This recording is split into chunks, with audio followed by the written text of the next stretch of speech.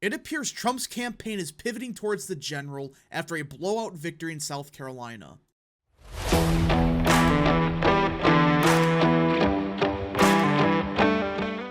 What is up, people of the internet? It is me, Real American, back again with a new video, and today it is time to talk about the 2024 presidential election because everyone, it appears that after Trump won the South Carolina primary in record amounts, it appears that the Trump campaign is pivoting towards the general and not going to focus on Nikki Haley. Now, before we continue with today's video, I hope you enjoy these type of videos. If you do, smash the like button down below, subscribe, share with your friends, hit that little bell, follow the social media accounts in the description down below, and of course, join the channel today.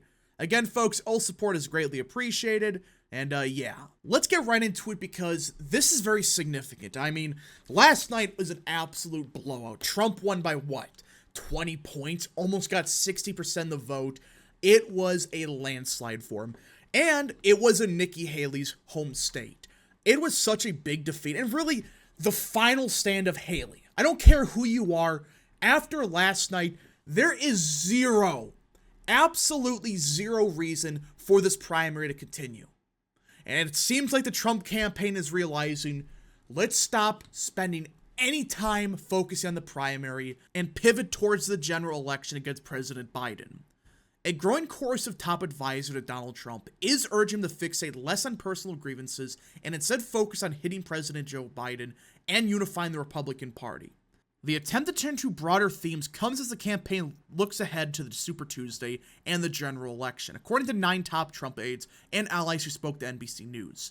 Trump's commanding win in South Carolina over Nikki Haley is yet another illustration of an undeniable political reality. Trump will be the GOP nominee. Even NBC News is saying it's over. Trump winning by 20 points last night in South Carolina proves there's no realistic pathway for Haley. And after this, what's going to happen in Michigan? What's going to happen on Super Tuesday? Trump is going to sweep every single state, more than likely, despite Haley running this campaign. So it's like, why focus on the primary? There is no question that after Saturday, there will be a pivot because there needs to be a set of top advisor to the former president. There's a mindset from our perspective that she can do whatever she wants. She can do whatever, we don't care. I like this philosophy. Because at this point in time, you know Nikki Haley, she's more than likely not going to even endorse Trump. She may say vote against Biden at the end of the day, but she has completely lost. I mean, she's just become a never Trump Republican, banking on Democrat support, and that's it. Running in the Republican primary. So at this point, who cares what she says? More and more Republicans are bailing on her and supporting Trump. Actual Republicans. Hell, John Thune of the U.S. Senate, a never Trumper, just endorsed Trump. So even when clowns like that is starting to get behind Trump, you know it's over. So it's like, okay, if everyone is starting to unite behind us, let's focus on fully unifying the actual Republican base and focus on the general. Stop focusing on Nikki Haley or whatever in the primary. There's no point. It's over. The advisor said the goal is to focus on bringing the Republican Party together after a fractured primary, but the person could see that flash of Trump's trademark pugilistic style and tendency to go off script, especially when discussing his growing legal woes, will stick around. Which, you know, it's Trump. No one should be surprised that Trump is going to talk about the legal stuff, you know, whatever he wants to talk about.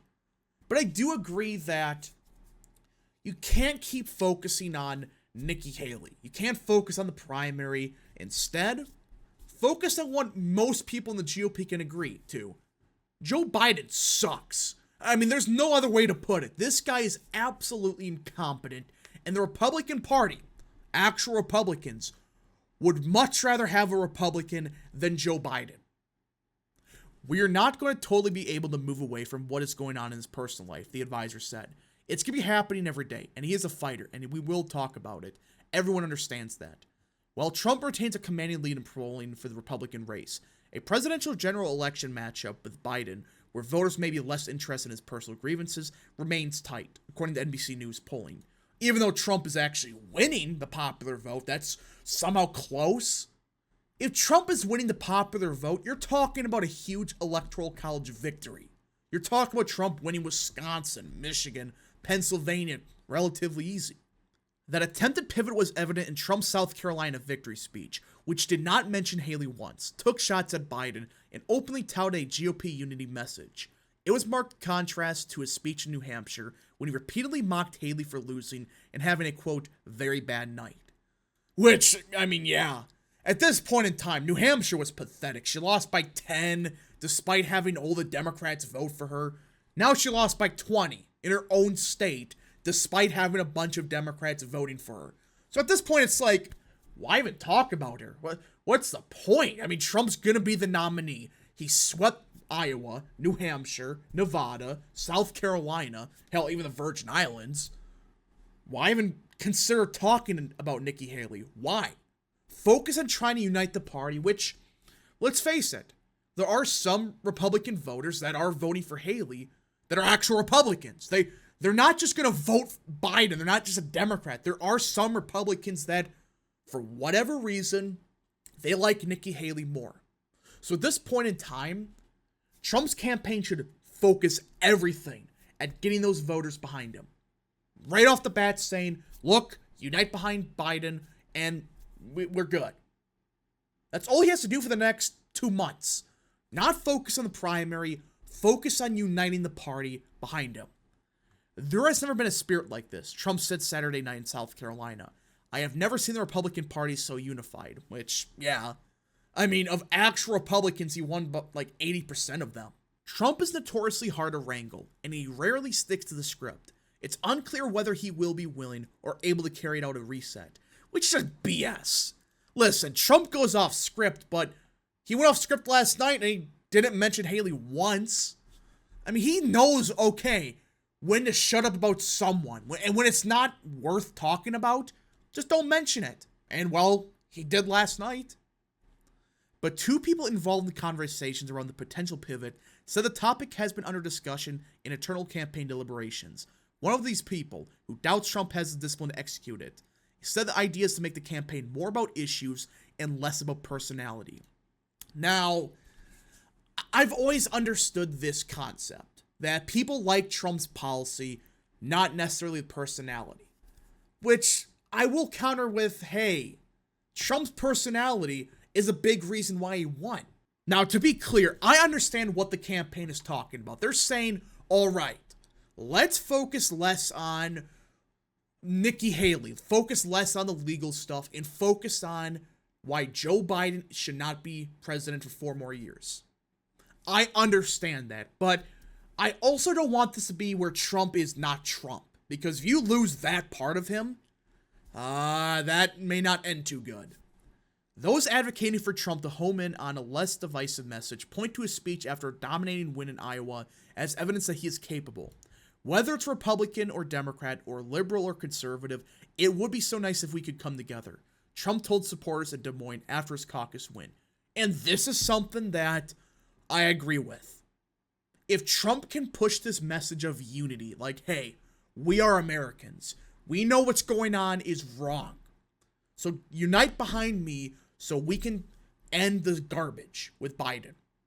This is a message that I think Trump should do more of, saying, we're all Americans. We agree on a lot of stuff. So let's unite behind me so we can get rid of this incompetence. It's stuff like that where, yeah, I agree. Republican strategist David Urban, a Trump campaign advisor in 2016 and 2020, said that the Iowa speech should be the model moving forward, even if Trump has at times shown an inability to stick with that tone, such as in his victory speech after the New Hampshire primary, in which he reverted to his combative style. And I think that's more so you had Nikki Haley banking on Democrat support and didn't go well, so Trump had a mocker for it. But I actually agree, though. Like, more of the Iowa speech, more of the South Carolina speech, less of New Hampshire, especially at this point. Urban said Trump's Iowa speech was about pivoting to the general, but in New Hampshire, you saw a little bit of a distraction and more pugilism. The former rather than the latter serves him better, Urban said. especially in this race where there is such a compare and contrast. Trump should take Biden in his own words. Don't compare me to the almighty, compare me to the alternative, Urban said. Trump should compare his record to Biden's record. There was a sense that America was on the right track. Now there's a sense that America's on the wrong track. I 100% agree with this. This is Trump's messaging in a nutshell, what it should be. Look at my policies, look at Biden's. Look at my 4 years, look at his. Which one's better? And the people that are honest with themselves are going to say Trump.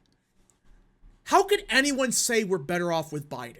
There's no metric that indicates, he's so much better. Donald Trump Jr. told NBC News he tries to talk about the issues as well, but that underscoring that old habits may be tough to break. He proceeded to talk about the various legal cases facing his father. The frequent focus on the former president's own problems and grievances has been noticed by his opponents. On Thursday, Haley said that part of what bothers her about Trump is that he so often talks about being a victim. At no point has he ever talked about the American people. Now, that's kind of false. I mean, Trump is trying to make the point that they're not just after me. They're after every single one of you, which I think he should be more clear about. I do agree, though, sometimes in the speeches, it's like, okay, we get the point, you have a lot of legal problems, which obviously they're BS. I mean, Haley supports it, but what's happening to Trump is horseshit. At the same time, you can agree that, hey, talk about why this should matter to the American people. Like, hey, if they can do this to me, they can do this to any one of you. But either way, I am glad that Trump's campaign realizes, all right, we got the nomination. Unless something absolutely crazy happens at the convention, Trump will be the GOP nominee.